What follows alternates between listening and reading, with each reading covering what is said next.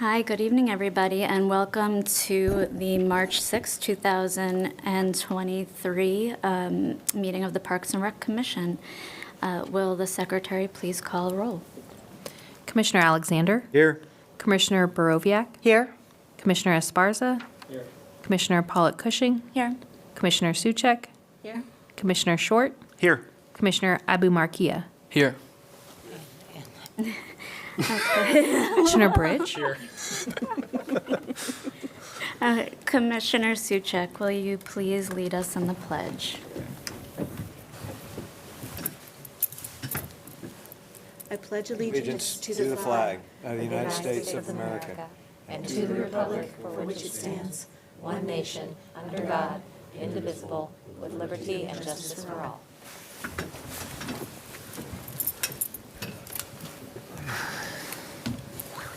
Thank you. Will the commissioner, can the secretary please read the procedures for addressing the commission tonight? Speakers have 3 minutes under public comment to speak on issues that are not listed on the agenda and are within the city's jurisdiction. The Brown Act does not permit any action of discussion on items not listed on the agenda. Okay, I will now open up the public comments. Such a big audience. All right, everybody put your hands down, same time. Okay, given that there is nobody to give public comment, I will close public comment at this time. And now the meeting minutes from our February 6, 2023 meeting. Do we have an approval of those minutes? And is there a motion to approve? I'll make a motion to approve. Okay. Okay, they are approved. Now We have to say all in favor. And oh, sorry, all in favor? Aye. Anyone against? All abstains because I wasn't there. Okay, so, and now we are going to move on to requests and presentations. So tonight, item 6.1 is we have community events, and Kathleen Beatty is going to be presenting.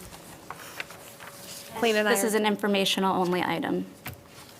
Kathleen and I are going to bounce back and forth. My name is Christy LaRoche. I'm the Parks, Rec, and Library Superintendent working in recreation and events. We want to share with you some of the exciting things that we had in the 2022 calendar year. So following the pandemic, community events continue to grow. 2022 was another outstanding year for events on the Vernon Street Town Square and in other city facilities. For 2022, event attendance reached 53,705. Of that amount, over 37,000 attendees came to the Vernon Street Town Square. So how does this compare to years past? Well, 2021 had over 44,000, and pre-pandemic we had over 60,000. So based on this information, we're excited to be headed towards our past event numbers, and even more excited to continue to add event experiences to the plan lineup. Now moving to some of our successes from last year. Many of our beloved fall events need little introduction as they seem to be community favorites. However, because fun and celebration is one of our department values, we want to celebrate these favorites. The Craft Fair. Craft Fair returned after a 5-year hiatus with over 100 vendors and 3,500 in attendance. This was the one holiday tradition that we were thrilled to bring back.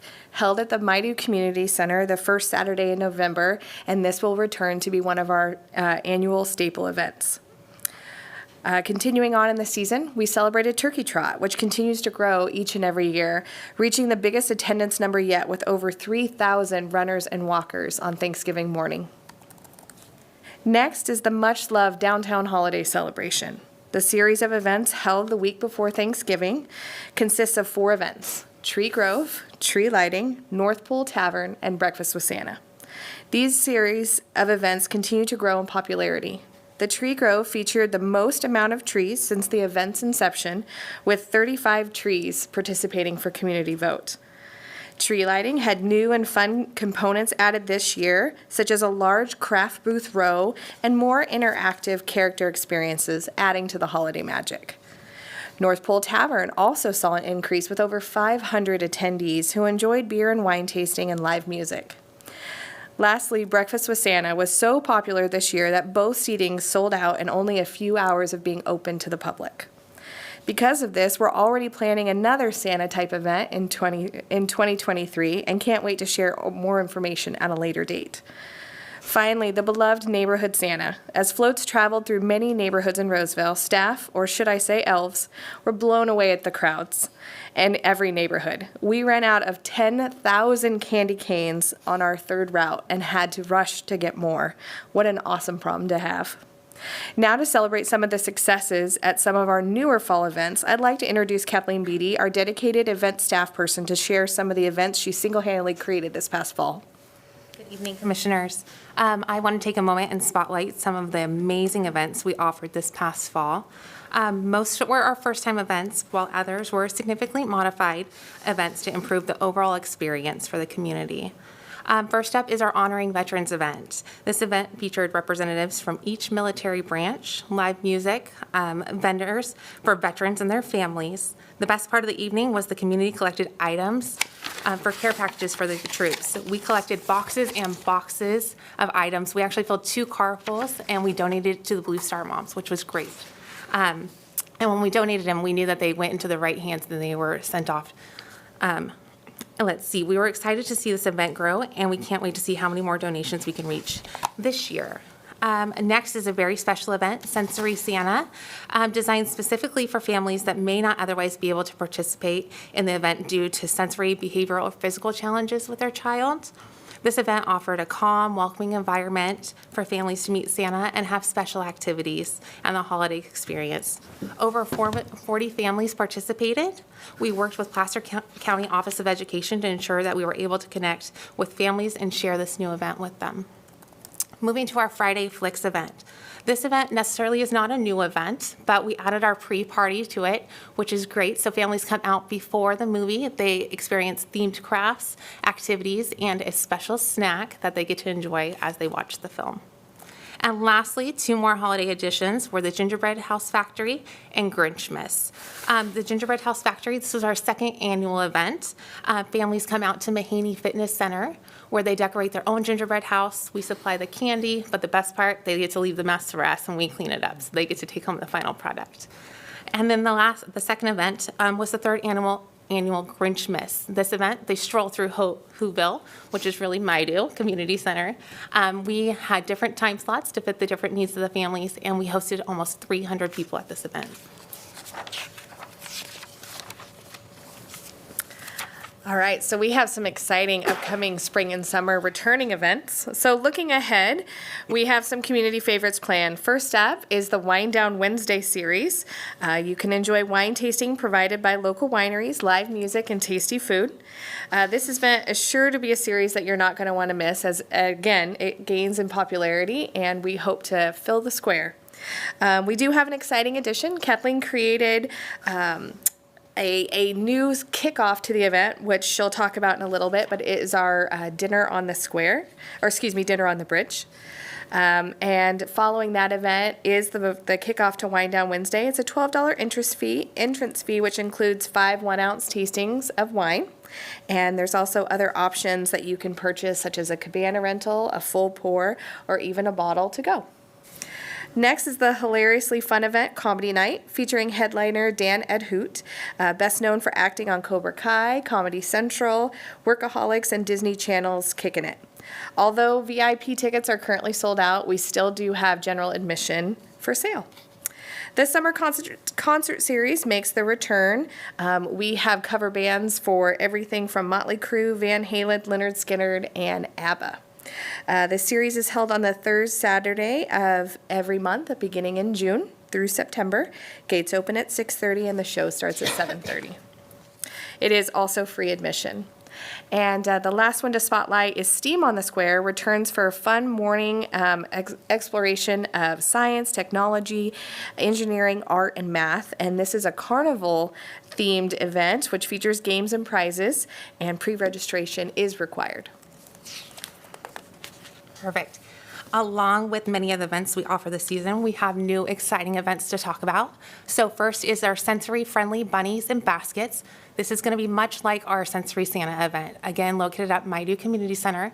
And it's for those families that can't attend our larger events, and so that way they have a warm, safe space to bring their child. Next is Breakfast with the Bunny.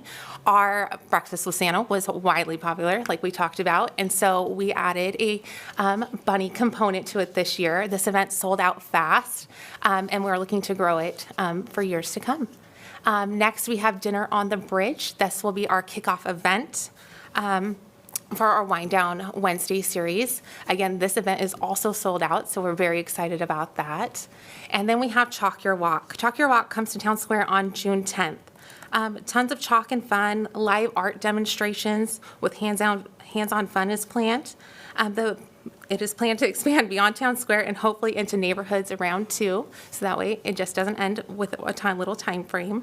And then lastly, we have our community picnic. This one's going to be at Royer Park. We're inviting the community to come out and enjoy a family picnic together and enjoy live music from our community, and then also participate in some nostalgic games out there with us.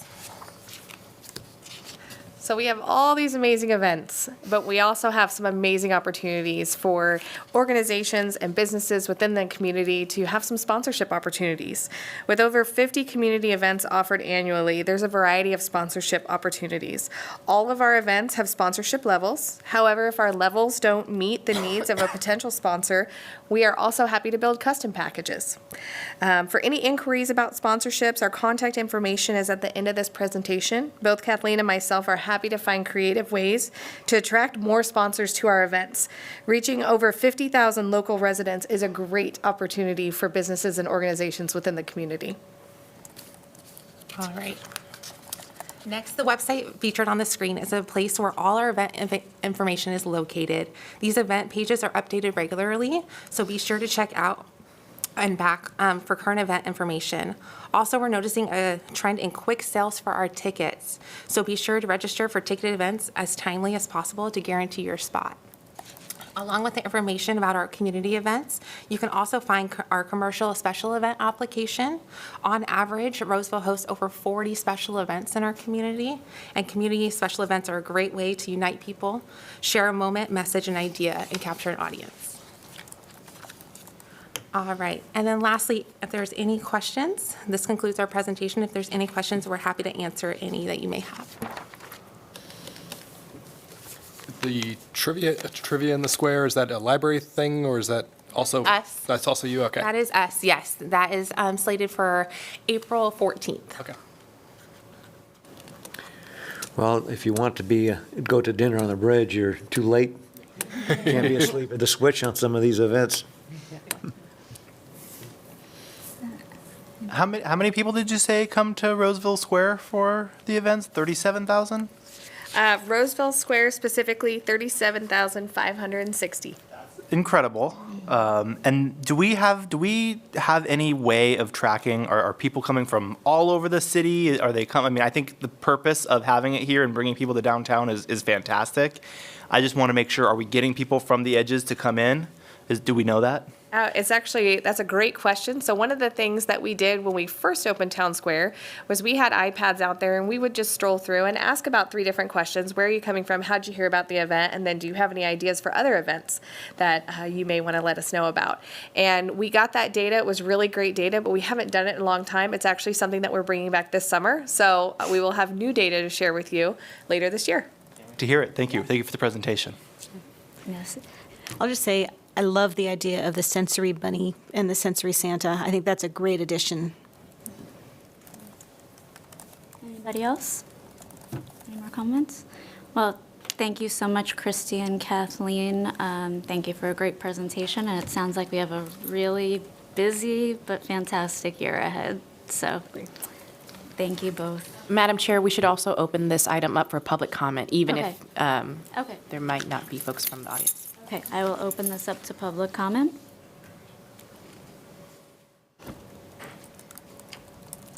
And I will close public comment. Okay, the next presentation is item number 6.2, Alicia Moore, discussing the new overview of core fitness. Good evening, Commissioners. Thank you for having us here tonight. My name is Alicia Moyer, and I'm the Recreation and Library Supervisor with the Parks, Recreation, and Libraries Department. Hi, I am Heidi Hall, Fitness Coordinator for City of Roseville. We are here tonight to present a program spotlight on our City of Roseville, or CORE, fitness program that's offered throughout the city. I will begin with a brief overview of our fitness program. We have 4 facilities in which our fitness programs take place: the Mike Shelato Indoor Pool, the Roseville Aquatic Complex during the summer months, the Mahaney Fitness Center, formerly the Roseville Sports Center, and the Mighty Community Center. We have renamed the Roseville Sports Center to the Mahaney Fitness Center to better align with what we offer as a facility, for the public to be able to recognize that what we offer as a facility, and not to add confusion with the new Roseville Soccer Complex in the future. Many of us thought it was already the Mahaney Fitness Center, so now we're just realigning again. The Mahaney Fitness Center offers a gymnasium, fitness equipment room, and a group fitness studio. We offer many types of fitness programs within Core Fitness. We have group fitness classes, personal training, lap swim and open exercise at the pools. We have open gym at the Mahaney Fitness Center, which includes basketball, volleyball, and pickleball. Within Core Fitness, we also have our Be Well Roseville program, which promotes being active, eating healthy, and feeling renewed. And we then offer a variety of fitness events throughout the year as well. Last but certainly not least, we have our wonderful employees with whom we could not do all that we do without them. Our staff includes fitness instructors, personal trainers, and our fitness coordinator, Heidi. Heidi and I will now give a few more details on our core fitness program that I hope you will all enjoy. We have a variety of memberships available for the public. We have recently added a variety of options to the types of memberships that we offer. So we have individual and family monthlies. We have an active aging option that is for those 62 years and older. We now have a military and military family option, a college option, teen option, and then we will offer a student summer pass option beginning Memorial Day. We also have a 1-week free trial in which patrons can come in to any of our facilities for 1 week to try our classes and other fitness options. We have seen a tremendous amount of support and excitement about our new offerings and continue to see our memberships grow throughout our facilities. On this slide, you can see all the different membership options that we offer and their prices. Most of these options are for monthly membership types. The grayed out portions at the bottom are our punch card options, where we take off 1 punch per day on the days you visit our fitness facilities. The chart you see here is an indication that we are still currently climbing out of our COVID restricted year. In 2020, we only saw about 47,000 participations throughout our 4 facilities. In 2021, we saw about 64,000 participations, and in 2022, we were about 84,000 participations. We are excited to see so many people using these memberships and continuing their fitness journeys with us all.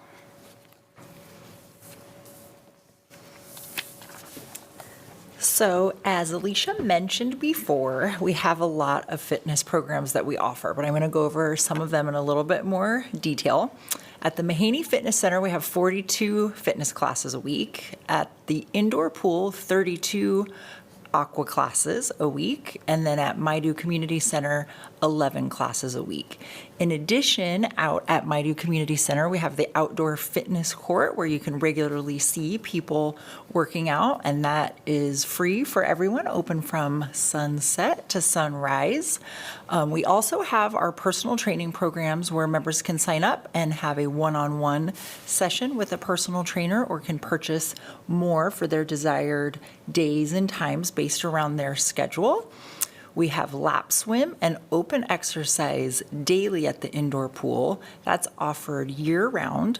And then at the Roseville Aquatics Complex lap swimming during the summer months as well.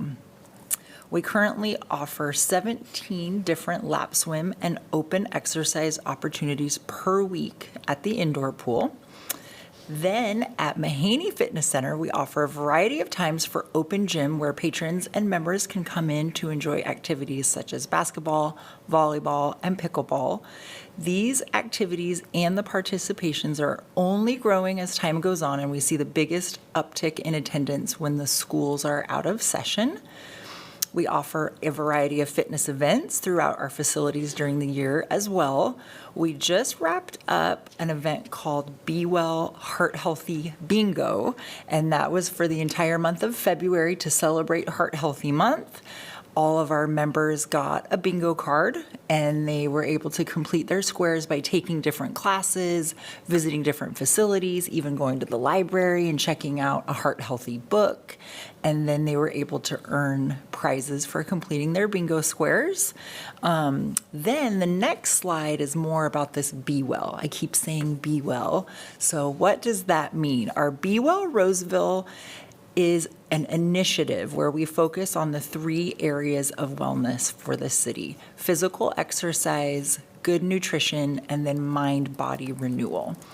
Each of these components is encompassed in the colors in the Be Well Roseville heart, which you can kind of see on their t-shirts there. There's 3 colors. Pink is get active, green is eat healthy, and then blue for feel renewed. We offer fitness in the park as well, the second Saturday of every month, and that's part of Be Well Roseville. The fitness classes include things like, for instance, this Saturday at 9 a.m., Maidu Park will have the boot camp at that outdoor fitness court. It's open to the public, but then in addition, there's grocery store tours, nutrition workshops, yin yoga meditation. So we're trying to target those 3 areas of wellness. You earn a bracelet that corresponds with the color. So if you attend our boot camp this Saturday, you get the pink bracelet for Be Active. If you came to our grocery store tour, you got the green bracelet for Eat Healthy. So once you get all 3 bracelets, you get the shirt in the picture. It's very exciting. It's a very hot commodity. Then on the next slide is our newest program, and this just started in 2022. And that is offering personal training and group workouts out at the police department. So that is our training staff there over at the Arpel Gym. We started this program last year in hopes that we can help in the prevention of police officer injuries and decreased recovery time if an officer is injured. We are also emphasizing overall health and well-being. Our personal trainers go out to the Arpel Gym to train the PD staff so that they're close to the police station and can be ready for their shift when it begins or come work out as soon as their shift has ended. We've heard great feedback from the police department staff and hope to continue this program in fiscal year '24. And then next slide, certainly not least, is our staff that it takes to conduct these wonderful programs. We currently have 27 fitness instructors and personal trainers who teach our group fitness classes and conduct the PD personal training. Each fitness instructor has extensive training and are required to have nationally recognized fitness certifications to be considered for a position with the city. We also have part-time fitness recreation leaders, coordinators who oversee the fitness program, and fitness instructors. Oh, that's me. So next slide. That concludes our presentation for tonight. We appreciate you taking the time to listen, and if you have any questions, we're happy to answer them at this time. Thank you so much. Oh, sorry. Has the number of members been about, has it also increased since 2020, or was it just that less members were participating? No, it's increased since 2020. We're almost back to actually pre-pandemic numbers, which we hit around 95,000 participations. So this last year, we were at 87,000. So we're almost there. But we've definitely seen an increase in our memberships as well, especially with all the new options that we're able to offer. Thank you. Thank you. What's the definition of a participation? Just curious. Yeah, so we have staff that go around and count the people in all of our facilities during fitness classes. We also count participations as membership check-ins. So everyone gets a membership card, and each time they check in, that's how we calculate that. Okay. And we do that by month with our indicators that we do for PRL. And yeah, we keep close tabs on that one. Great, thank you. Just curious, what's the age of participation for the Be Well Roseville? It depends on the class. So for instance, sometimes we have family yoga in the park, and that one is, we've done 3 and up. We found that 5 and up works a little bit better. Whereas at Maidu Fitness Court, the age recommendation for that is 14 and up. Oh, okay. So depending on the program, I will specify that on the website, because some of them are family oriented, or we have a yoga Easter egg hunt that will be 5 and up, or we'll do family Zumba. Traditionally though, or historically, most of our group fitness classes generally are 13 and over. Oh, that's fantastic. I was thinking it was adults, so that's nice that the younger ones, the teenagers, can attend too. Yeah. There's always something for everybody. Yeah. With you guys. Yeah. Yeah, one thing I want to point out, and that is evident in your presentation, is the amount of creativity. And be commended on the creativity that you've used for the whole staff. I mean, that is impressive. Yeah. Thank you. Thank you. Yeah. Which membership type has like the most participants? Ooh, that's a good question. Well, I would say the individual monthlies probably do, and now that we've kind of split them into resident and non-resident, definitely at the indoor pool, we have a heavy non-resident population, just because everyone's right on the border there of Rockland and Roseville. Otherwise, it's our individual monthly. Thank you. Yeah.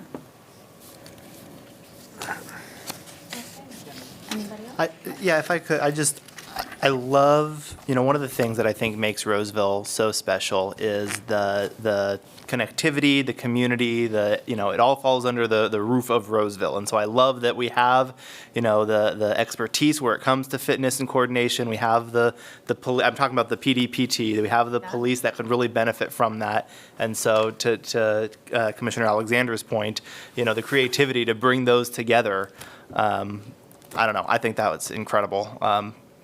Thank you. And if there's any, other opportunities to think like that, I would really encourage staff to continue doing that.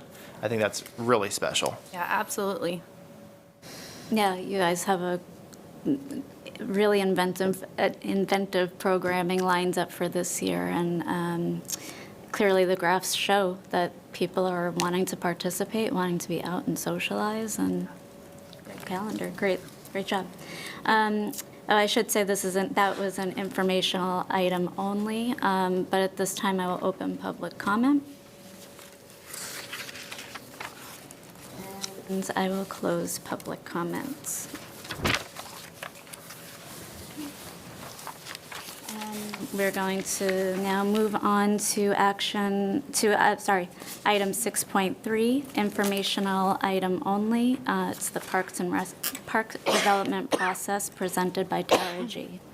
Good evening. It's a pleasure to be here tonight to share with you the park development process. I'm Tara G., your Park Planning and Development Manager. So if we think about a park, sit back and think about what that means to you. So just take just a moment to think about what does a park mean to you, and those in the audience as well. To us, a park is an indoor, it's an outdoor space. Gotcha, right? Huh. Making sure that you paid attention. To us, a park is an outdoor public space where memories are created and is space that contributes to being physically and mentally healthy, as you could see from the presentation just prior. All of our planning is determined through our general plan, which outlines the city standards for every aspect of city services provided. The general plan contains the specific elements for each service provided. And for us, that means the parks and recreation element, as well as the open space and conservation elements. And they provide policies for which decisions are made in areas of this department's purview. For planning our parks, we require 9 acres per parkland for every 1,000 people. This breaks out to about 3 acres for neighborhood parks, and it also includes parks adjacent to schools, which we call school parks. 3 acres for citywide parks. Those are your Mides and Mahaney's, your Gibson Parks, your Harry Crabb Park. And open space, 3 acres. So there's your 9 acres. It also outlines the desired sizes of each of these categories, anywhere from a half an acre to 20 for neighborhood parks, which a 20-acre site for a neighborhood park is quite large. And then citywide parks, anywhere in that 2 to 100-acre site size.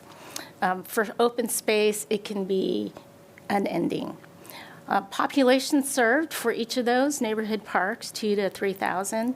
And of course, citywide and open spaces is available to everyone within the city and our neighbors as well. Service areas for neighborhood parks is a half acre to a mile, and citywide parks are for, again, anyone, anywhere within the city and within our region. This graphic shows the service areas that are covered by our neighborhood parks. You see the purple sort of light shadow represents about a half acre, which is a half acre walk from your house. And half mile, I'm sorry, acre miles. Thank you, Jill. Half mile walk. And so that's a typical 10-minute walk from your home to a park, and you can see the green in there, filtered in there.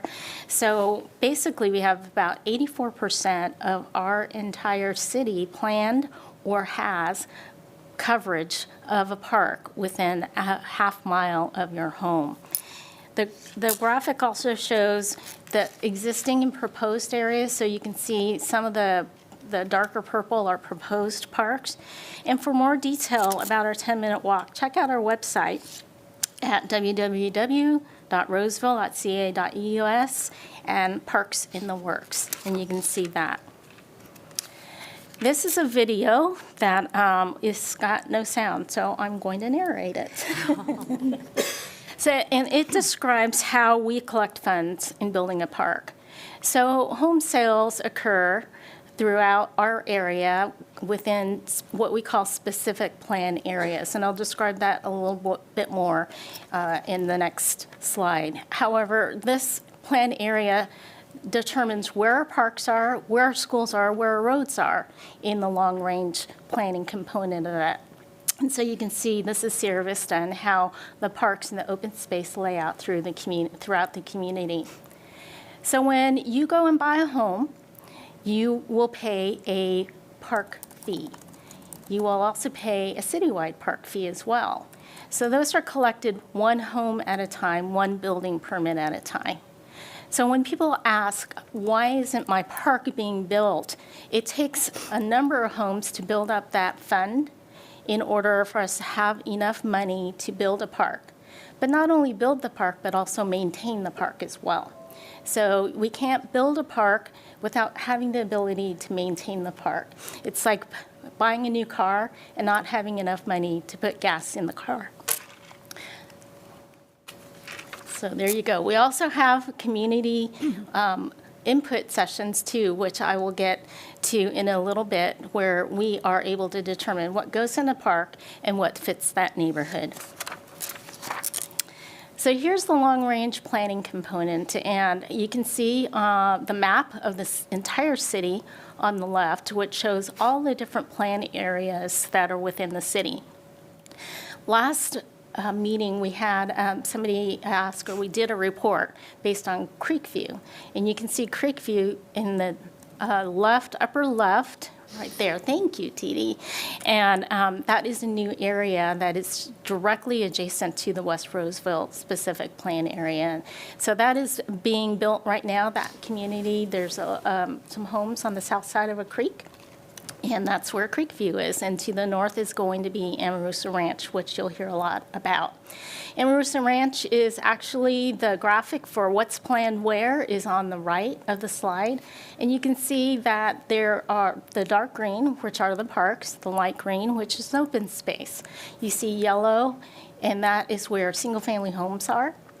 Light brown is medium-density residential. The dark brown is high-density residential, like your apartment complexes.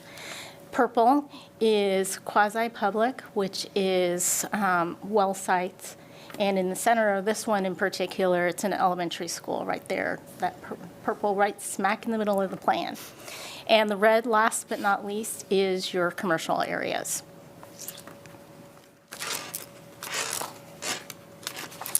All right. Here are a list of various types of park fees that are negotiated during the specific planning process. These fees are memorialized in a development agreement. The last item I wanted to point out to you is the Community Facilities District for Service. It's a Mello-Roos that is assessed through the county and covers the ongoing maintenance of street, landscapes, and neighborhood parks. It's important to note that citywide parks are not assessed through this Community Facilities District and remains an obligation of the general fund. Pulling the trigger when deciding to build a park is not only a consideration of the funds in the Neighborhood Park Fund or, in fact, the citywide park funds, but as I mentioned as well, the funding for maintenance. How many homes are paying into the assessment that cover the cost of the maintenance for either the street landscapes or the parks?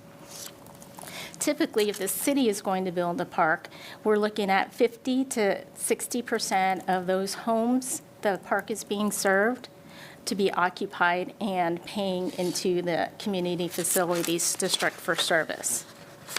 And one other note, that parks within a specific plan area are not solely funded by a single neighborhood. It's funded by the overall plan area. So just because a park is in across the street from you or supposed to be across the street from you, you're not the only one contributing to that specific park. Everyone living within the Creekview area, as an example, contributes to all the parks that are slated to be developed within that area.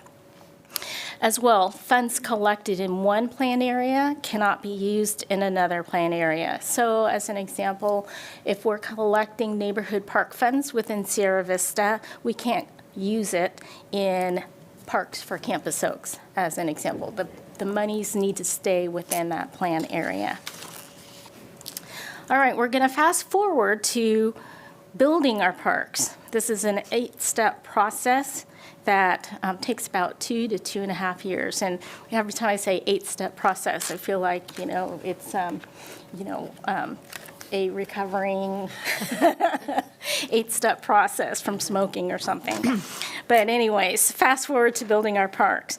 The first year includes public outreach, master planning approval, environmental review, design development, and of course, development of the construction documents for that. And that takes up a good part of a year. The second year includes construction and plant establishment. If weather affects construction may extend the time frame. Establishment is when the plants and the grass are planted and we are not open yet. I tell everybody this is the hardest part of a park project because you look and Commissioner Short knows, you're looking at what appears to be a finished park, but really we're literally watching the grass grow.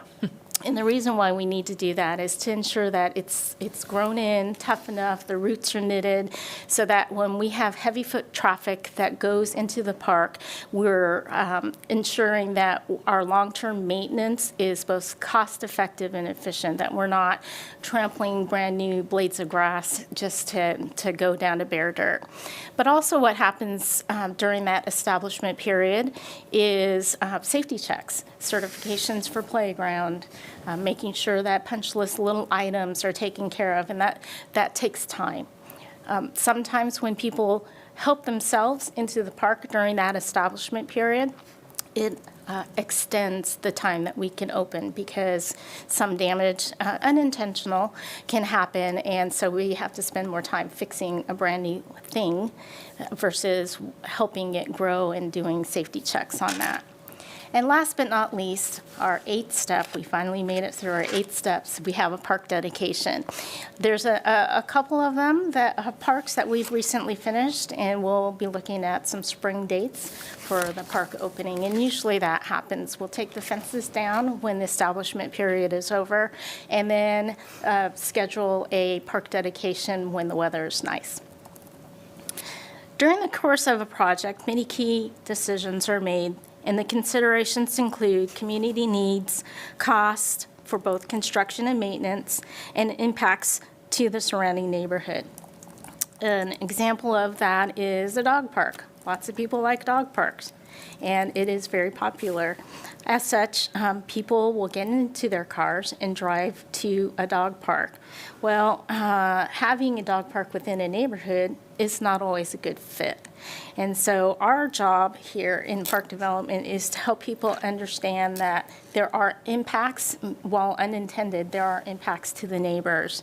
And so our job is to make sure that we remain good neighbors to our residents and identify activity or park features that fit well within that location. We also look at trends in the general plan standards as we make decisions. And on the bottom here, this last note or last bullet is the stay and play value. So what is that? Neighborhood parks are designed for an hour to an hour and a half stay.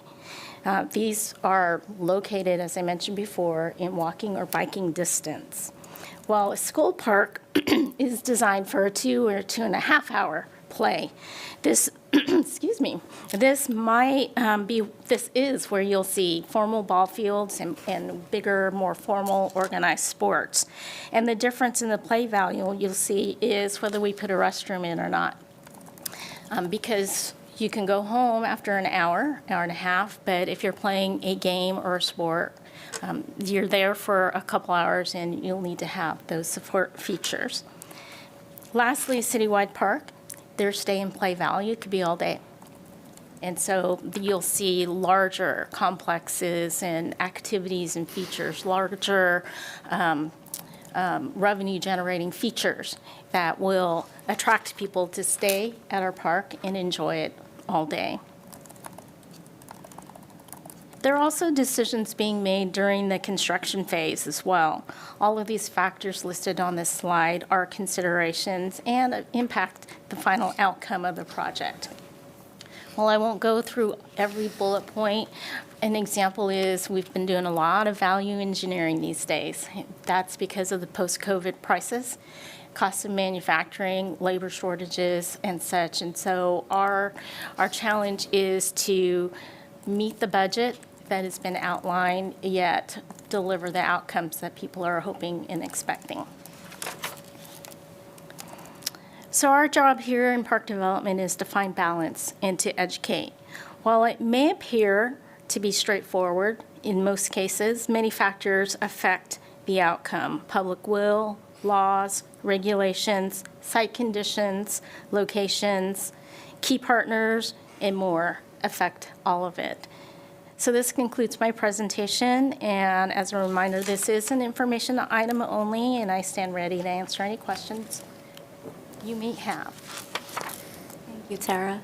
Anybody have any questions or any comments? I know Tara's spiel all too well. It was excellent as always, Tara.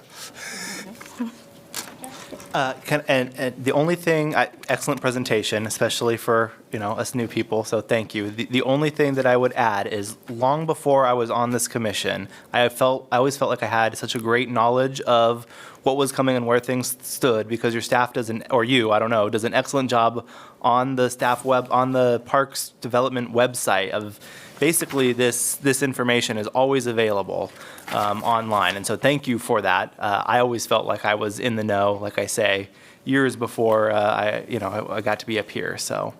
Wonderful, thank you. I had a couple questions. Are the water features expected to open on time this year? I think last year, a couple of them were delayed because of, financials and stuff. Our hope is yes, but we won't know that until we start I know. doing our preseason checks. Certainly, we want to open all of them that are available, and we'll find out once we do that preseason check. And I assume the soccer complex was supposed to be, is north of all of that map, where the map was? The soccer complex is actually in the West Roseville area, so do you know where the Yeah, boys? okay, so it's not above that map, it's in the West Roseville section. Yeah, it's in West Roseville, Okay. yes. And I'm excited for park opening season. How many are we expected to open this year? We have at least 2, well, actually 3 when you count Apollo Dog Park. So we have Apollo Dog Park, we have Four Corners, and we'll soon have Audrey Husking Park. That'd be a good one. Anyone else have anything to add? Okay, I guess I'm opening this to public comment. I'm closing it for public comment. And that brings us to Board Member Commissioner Staff Report, given by Jill Geller, guessing? I really don't have much to expand upon tonight because you heard so much great information from staff, but a great question was asked earlier about participation. So I thought I might expand on that just a little bit, because you see on your indicator report every month that we address participants and participations. So the easy math of how you would figure that is if we have a class that, let's say that class meets 8 times, and there's 10 people in it. There are 10 participants in that class, but it's 80 participations. That's essentially how many times those people are walking through the door. So when Alicia mentioned they're counting the number of people in the facility, whether it's through class enrollment or through a door counter, that's how we assess our participations. And that was a great question. And I have nothing else. Staff are doing a great job, and we're very busy. Okay. And does anyone have anything else to add before? I saw there was an article on the courts at Gibson with all the pickleball, and I was happy to see that we went with the courts at Gibson. That made my day. Okay, in that case, we're going to move on to adjournment. So do we have a motion to adjourn this meeting? So moved. And second. Okay, all in favor? Aye. Any opposed? Have a great night, everybody. See you next month. Thank you.